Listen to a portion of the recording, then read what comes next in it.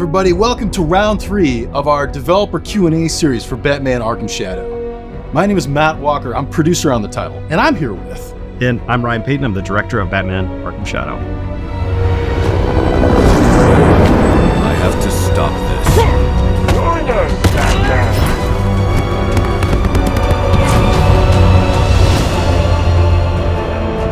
Ryan, since developer Q&A 2, I'm curious, what's happened? It seems like a lot's been going on. A lot has been going on. In fact, you and I got back recently from Germany. We had an incredible showing at Gamescom, right, where we did not one but two big things there. Oh yeah, absolutely. Well, we kicked it off, right, with Opening Night Live, where we showed our gameplay trailer for the first time. Yeah, and that was a long time coming. We knew that with our first two trailers, the CG teaser on May 1st, and then with our subsequent Summer Game Fest CG trailer, where we go into the story, that at a certain point, the fans, the community, even the skeptics are going to say, hey, like, what does the game look like? How does it play? And why does it need to be Quest 3? And I think through the gameplay trailer, just judging from the online sentiment, I think we're able to answer those questions pretty well, don't you think? Oh, I think so, man. I think it's all according to K-Copy, man. Yeah, that's exactly right. And, furthermore, we actually got a chance to have the media and influencers play the game. So speaking of skeptics, we had a couple of influencers that when the game was first announced, I think they were a little skeptical, for good reason. Totally. It was going to be a new Batman Arkham VR game, right? And it was amazing. I was actually there getting to show them the game, watching them play the game, and to see the smiles on their faces when they play the game. As a developer, it was amazing, man. Yeah, it was so much fun. It was like a Super Bowl that lasted for like 3 or 4 days. I didn't want to leave Gamescom towards the end of it because, yeah, there's just so much positive sentiment. We learned a lot by watching people play, by listening to the questions they had. And speaking of questions, we have a lot of follow-up questions based on that gameplay trailer that came out at Gamescom and based on all the preview covers that came out at a Gamescom on the demo that people played through. So we've got 20 questions or so. We got more than 20. Shall I go ahead and kick it off then? Let's go, yeah. All right, I'll kick it off the way we always do then. From Michael Furla on YouTube. Why did Camouflage decide to pursue developing Batman Arkham Shadow? Yeah, when we got the phone call, I remember being extremely terrified about the prospect of contributing to the Arkham franchise with an authentic, official new entry into the Arkhamverse. But I also remember thinking that this is an incredible opportunity, right? This is a beloved franchise in which even back in 2020 when we got that phone call, there had been 5 years since Arkham Knight, and we just had a feeling that community is still very strong, very hungry, and that they would be at least interested in a new entry, even if it's not in the platform that they were perhaps hoping for. So our philosophy was pretty simple. It was respect the franchise, do something new and authentic, and leverage the core strengths of the Meta Quest 3 so players get a brand new type of experience where they've never experienced a Batman game like this ever before. From Redcoat Trooper on YouTube. Will we be able to rip off vent covers like the previous Arkham games? Well, as I'd like to do more recently, I'm just going to kick all these questions over to you. Oh, great. I don't want to suck up all the oxygen in the room here. Oh, I appreciate it. Well, look, honestly, though, yes. Yeah, can you do it? Absolutely can. And I have a fun anecdote. When I first started on the title, after playing the Arkham games already, it's kind of iconic the way that he pulls the vents off and he slides them over. Absolutely. And so it was a real aha moment the first time I did that in VR. Like, oh, yes, of course, I'm going to be able to pull it off like that and then slide it over because I want to be stealthy, right? Exactly. And it just works as you would expect it to work, which is so much of what we've been trying to do over the last number of years developing the game. And also being authentic to the franchise. It's not the only way that you can take off vent covers, right? Exactly. Because just like in the other games, right, when you need to, you also thrust them off, right? Mm-hmm. Yeah, and that's where you're in those spaces where it's okay to be loud, right? But in the Predator spaces, for example, that's where we have the sliding vent. So it's the team has done a great job. Absolutely. From Edward Fishcake on Discord, will we be able to initiate a grapple while gliding? I'm going to just keep throwing these over to you, Matt Walker, because you've been playing a lot. I've been playing a lot. Well, it's a yes or no question. Yes, you can, right? And in fact, there's going to be parts of the gameplay where you have to, right? I think it was last year when we're working with Bill Green, one of the design directors on the project, ex-Rocksteady developer. It's such an amazing contribution to Camouflage. He had a number of epiphanies as we were developing the game and doing our bold iteration process that the game didn't feel like it was really taking advantage of the glide and it didn't feel like the spaces were breathing as much as they could. So now we have these much more open spaces that you can then glide around. And to your point, you actually have to glide and then grapple up to some points as well. Otherwise, you're not going to make it. Exactly. Now, Edward actually also has a follow-up question. Will you be able to perform a running slide to break vent covers? So I think that's one of the fun stories that came out of Gamescom, is that, we had our 45-minute demo that's based on an early portion of the game that is really designed to tutorialize and introduce a lot of the mechanics, in addition to having combat and locomotion and all sorts of fun things. And we found while we were watching players play the game that they were uncovering mechanics that we weren't even teaching. One, just kind of talking about Glide, is that players realize, oh, if I can grab my cape while I'm doing this, can I grab my cape and do a cape stun in the other Arkham games? And sure enough, you could do it. And then you go boop, boop, boop, boop, and you start doing that cool motion. And then also actually some of the non-Arkham fans discovered that feature that we were just asked about, right? Exactly. With the slide through the grate. It was really interesting because, you figure the Arkham fans, they know, okay, you know what, as Batman, I'm going to be able to slide, and I'm going to be able to slide through grates, right? But then we also had these VR influencers who, they really weren't, Arkham fans or necessarily Arkham pros, Correct. like all of our Arkham influencers, but they kind of put two and two together. They went, hey, I could slide. Can I slide through vents? And sure enough, They did. it happened. And you could do it. It feels so good. It does. From Boxstream on Discord, will we be able to manually slam the smoke bomb on the floor to escape, or is it just a button press? Well, just like the other Arkham titles, it's both, right? We've got the standard way of doing it, which is you can grab the smoke bomb from the inner side of your left gauntlet, you pull it out, and then, just throw it wherever you want to, where there's a crowd of enemies, you want to get the drop on them. But just like the other Arkham titles, when things get frantic, we put up a button prompt that you can just press the A button, and then Batman just automatically drops the smoke bomb in there, which I think is appropriate because before we introduced that feature relatively recently, it was kind of frustrating to an extent of you're doing this fight and you're trying to escape, and then you also have to say, wait, hold on guys, I gotta do this action. So I thought that was a really great addition that the team put in recent. I'll take them apart one by one. Got him! He's here! Almost got him! From Techno Spidey 95 on YouTube, what was the thought process behind adapting boss battles to VR and for fans of the previous Arkham titles? We always ran it through the same equation. First of all, we looked and saw what the previous Arkham games did as our design guidance, right? And then where it didn't translate one-to-one or it didn't work as well as we wanted to, that's when we leaned into our experience working on VR and leveraging the strengths of the platform and of the Quest 3. So for the boss battles, that was no different, right? We looked at we did extensive research on every single type of bosses that appear in the previous Arkham titles. We honed in on a few of them that we thought were going to be appropriate for our campaign and for our story and the characters we had. We borrowed some mechanics, and then we paired them with what is awesome in VR. And I think we've got a great mix of those two elements that have resulted in some boss fights that I think are some of the best moments in the game, wouldn't you say? Absolutely, man. I tell you, I can't wait. I can't wait to have people play them because I guarantee you, people are going to talk when they play these sequences. They will. And we actually showed a little bit of a teaser in terms of one of the bosses towards the end of our gameplay trailer. And I was just, the other day we were playing, and I was almost like embarrassing myself based on my reaction playing one of the other bosses. And I was like, wow, the team, what are you guys doing? This is amazing. That was a really cool moment. Like you said, I can't wait for people to experience that. From Inabox on YouTube, what's the general gameplay loop of the game? Well, the gameplay loop of the game is very much inspired by Arkham Asylum, right? Arkham Shadow is not a open world game like City and Origins and Night.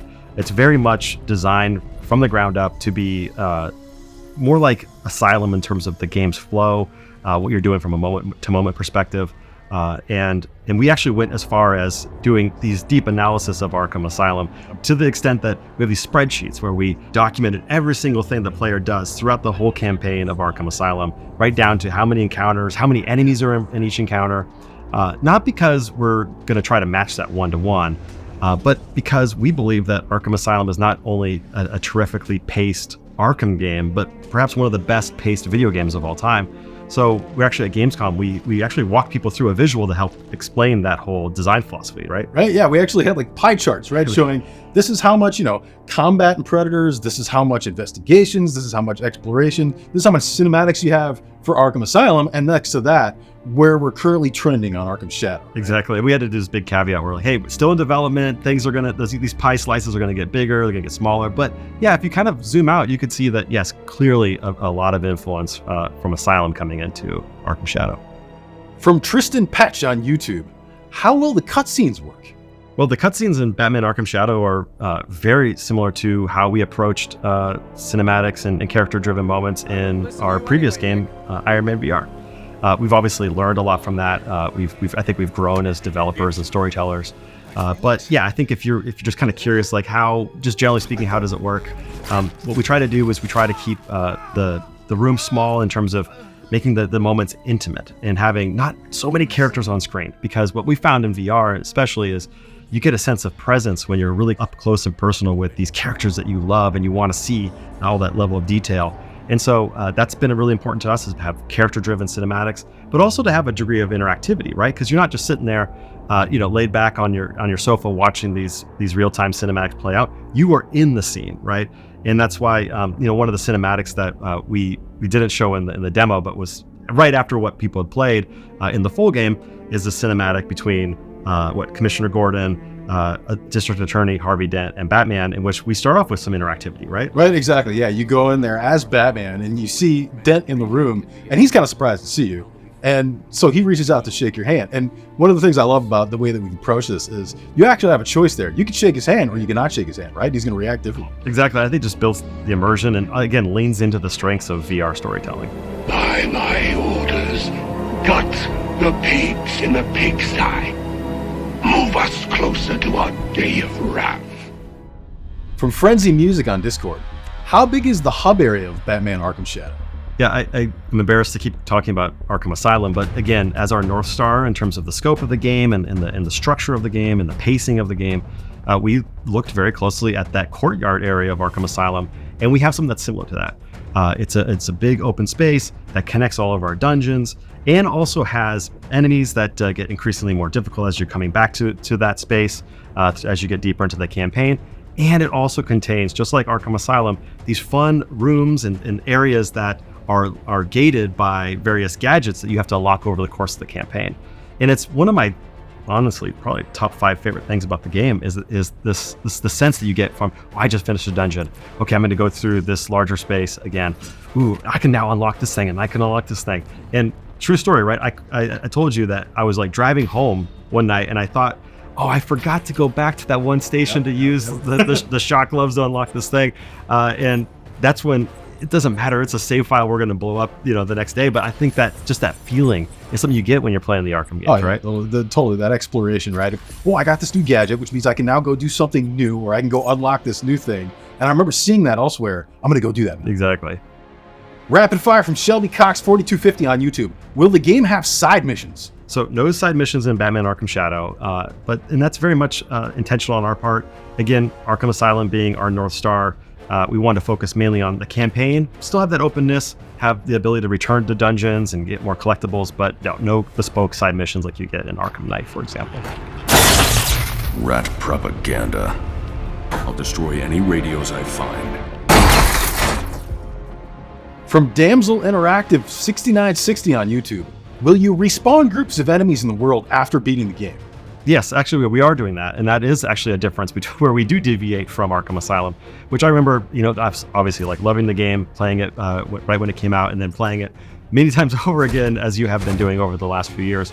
And I remember getting to the end and being a little bit sad that if I explore the previous areas and dungeons, there wasn't a lot of enemies to be able to fight again. So that is one thing that we are committed to doing in Arkham Shadow, because it's not only fun to have more combat in the game, which is such a big highlight of the title, but as you're going and unlocking all the collectibles and going deeper into these previous areas, it's fun to be able to fight these enemies, these different makeups of enemies, and then earn more XP, then earn more Wayne Tech skill points, and then keep kind of growing and building out your skill tree.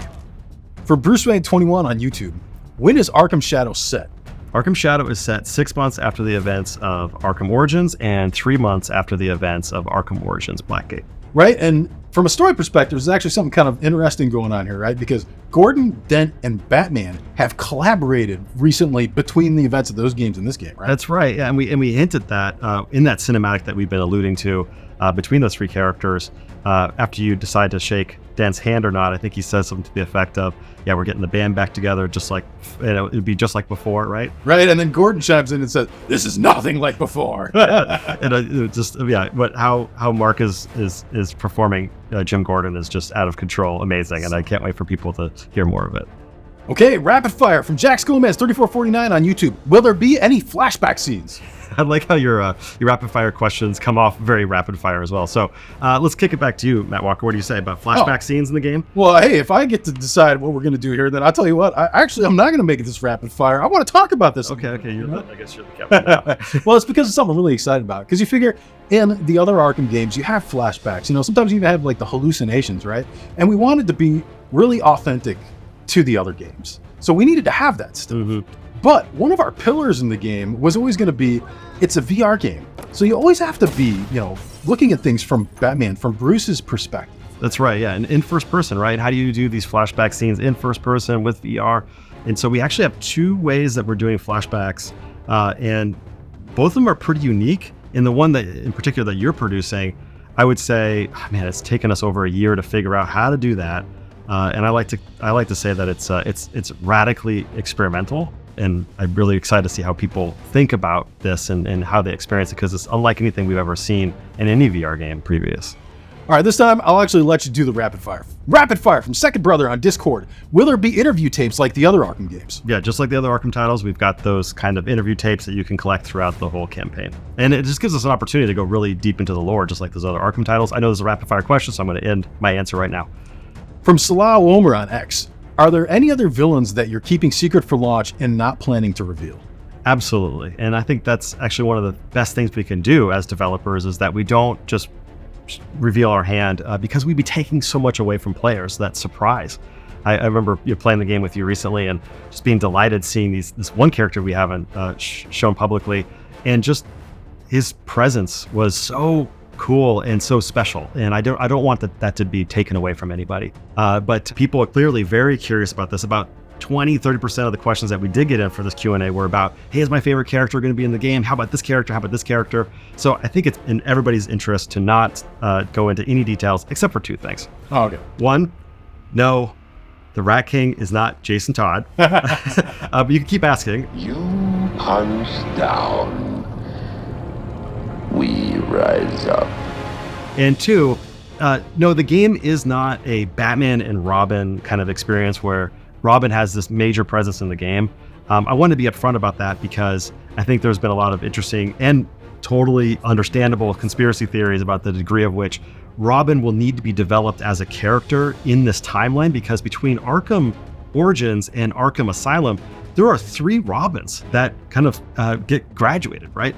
And so we're mindful of that. And all I'll say is that the concept of Robin, the Dick Grayson Robin, does move forward from the beginning of the game until the end of the game. It moves forward. Oh, okay. It moves forward. Okay. But that's as far as I'm willing to say. Okay. And then Jason Todd may or may not be the Rat King. There you go. Yeah, so you've been listening very intently. From Batman Arkham Videos, are there any interactive Easter eggs in the game that require player actions? I'm glad he asked, because yes, in fact, we have, I think, a lot of really interesting interactables in the game, and one of which I'm really excited to be able to show off exclusively in this Q&A video with him is a very interactive prop that is just a wealth of Easter eggs, right? And that's our payphone. So the payphone is something that I noticed in Arkham City and in Arkham Origins, and you can interact with it a little bit in City, right? You can do the Zaz side missions, right? But utilize the power of VR, right? And the touch controllers from the MetaQuest 3, you can dial in phone numbers in our payphone, and we have, what do you say? Dozens. A few dozens of phone numbers. of places you can call, people you can call, right? That doesn't just mean that you can call every single Zaz number and that's the dozens. No, that's not that. No, that's exactly right. What we have is, for example, purposely placed right behind the payphone in Gotham City in the Bowery area is the Harvey Dent campaign poster, and it's got a phone number on there. And interesting, what happens if I just kind of pick up the receiver and just dial that number? It picks up. You could choose, there's multiple choices. If you want to hear more about this thing, press 1. If you want to hear more about this thing, press 2. Hi, I'm Harvey Dent, and I want to thank you for calling the Dent for Gotham campaign. For information on my platform and what I believe in, press 1. To make a donation, press 2. If you'd like to volunteer to help support my efforts to make Gotham a safer city for law-abiding citizens, press 3. It's such a great, fun feature that just allows us to really kind of build out the lore And it's really fun to go through the whole game and look at posters and other things and try to like dial in different numbers and see what happens. So that's one thing I'm really excited to see how the community reacts once the game comes out. I've had a hand in some of the biggest illegal arms deals in Gotham City history. So, yeah, if that's a turn on, then you can call me. I thought LeBlanc would at least be smart enough to not record his own confession. Apparently, I still have a lot to learn about the criminal mind.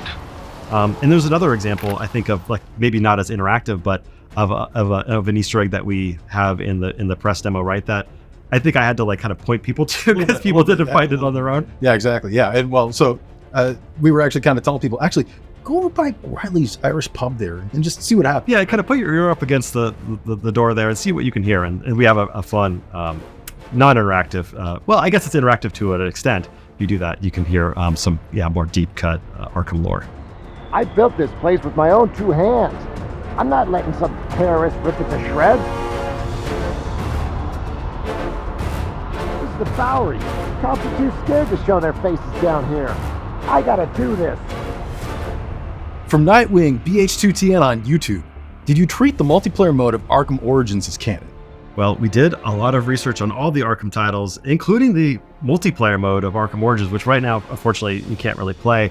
Unless you've got special powers and friends in high places.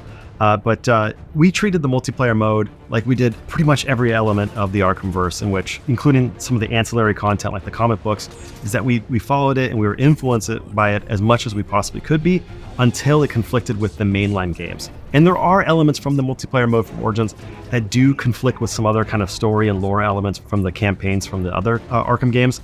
And where that was the case, we leaned into the Arkham titles and not the ancillary content. From Oil Up Santi on YouTube, are there multiple difficulty options? There are multiple difficulty options in Arkham Shadow. You've got easy, you've got normal, you've got the hard difficulty. And we highly recommend that even if you are an Arkham expert, that you start off on normal, because the game doesn't function one-to-one like you remember with the flat screen games. There are different elements, right? And if you don't do that, if you don't follow my advice and you just start off with hard mode because you're an Arkham expert, you might be seeing the game over screen quite a bit, right? Right, exactly. You might be seeing Gordon or whoever, kind of walk up to you multiple times, right? But that's the thing. I feel like one thing that we kind of didn't expect is that because a lot of our previewers, I think, didn't die that often, they didn't actually see the game over screens a whole lot. So we got questions about, hey, do you guys have game overs? That's right. So the game over sequences, the classic Arkham game over sequences redesigned for VR, were in our press demo. Yep. Right? But we did include in the footage that we provided after the fact.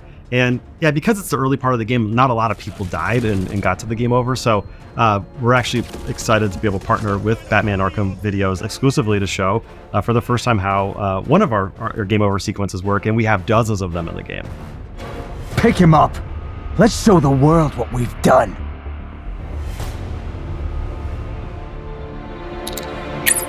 Rapid fire from Oblivion 2054 on Discord. Will there be wear and tear on the bat suit as the game progresses?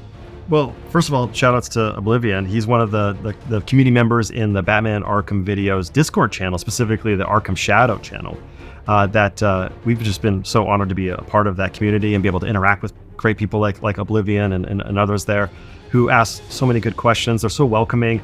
It's just been a lot of fun. I want to invite anybody watching this video to come and join in on the fun. We try to answer questions there in that space as well. But to answer Oblivion's question, yes, just like the other Arkham titles, you will see wear and tear on the Batsuit as you're going deeper into the campaign. From Ash on Discord, I'm loving the soundtrack so far. Will there be any returning tracks from previous Arkham games? No returning tracks from the previous Arkham titles, but we do wink and nod at certain motifs and themes that you hear in the music of the previous Arkham titles in this brand new original composition from my longtime friend and collaborator, Kazuma Jirochi, somebody that I met back in 2005, 2006 here in Tokyo when we were working at Konami on Metal Gear Solid together. He was one of the composers on Metal Gear Solid 4. He came over with me to Microsoft in Seattle to work on Halo 4. He was the main composer of Halo 4, Halo 5. He was the main composer on Iron Man VR, and now is our main composer for Arkham Shadow and is doing a terrific job. I'm near Gordon's office. Tell him to get inside. He is away from his desk. Probably stepped out for a smoke. A normal way for tobacco to kill you. soundtrack is so good. I think people are going to freak out when they listen to it. And I think they're going to be like me, where they're just going to listen to it for fun because it just sounds that good. From Clayface on Discord, are there any other VR games you took inspiration from? I think the answer to that question is almost, what VR games have we not taken inspiration from, you know?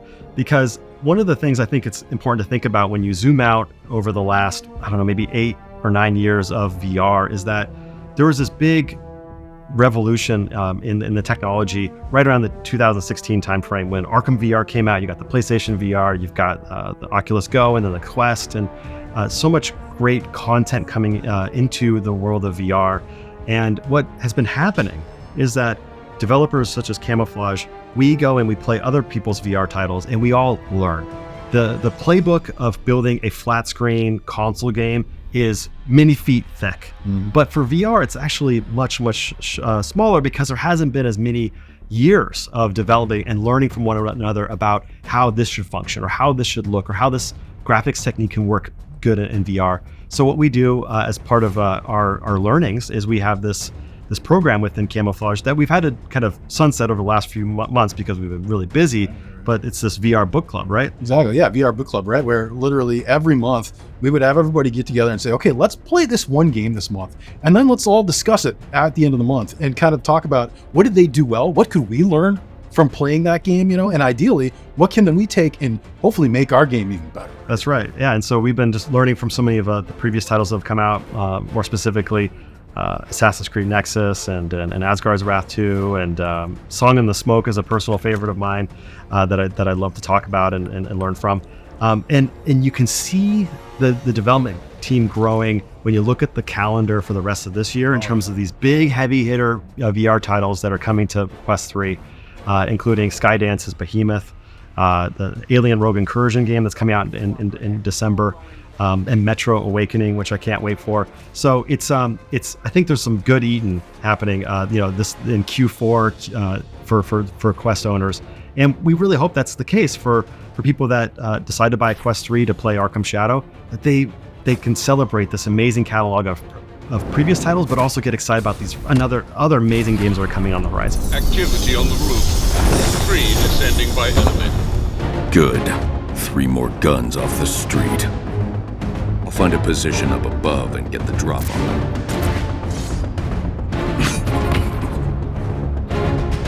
From Flames on Discord, when will pre-orders be available? Nothing to announce about pre-orders at the moment, but our next big information reveal will be at Meta Connect on September 25th. That's the big annual gala that Meta puts out, where they have a lot of fun announcements. And there's going to be new news about Batman Arkham Shadow. So what I think would be really fun is if like this Arkham community just kind of crashes that party. And I want people to be looking at like the numbers and all the different comments and saying, oh, like where all these people come from. Hey, these are Arkham fans that want new information about this game. Oh, I love it. Yeah, let's crash the Meta Connect party. What do you think? Yeah, sounds good to me. All right, well, that's the last of my questions, so I guess we're all done here, eh? Well, Matt Walker, we're almost done because we have to say thanks to the community for all these terrific questions, to Batman Arkham Videos for hosting this developer Q&A. We hope to be back again, right? Hopefully this is not the end with round 3. It all depends on how the community responds, obviously. Enough, they want more, right? If they want more, we will very likely be back for maybe round 4.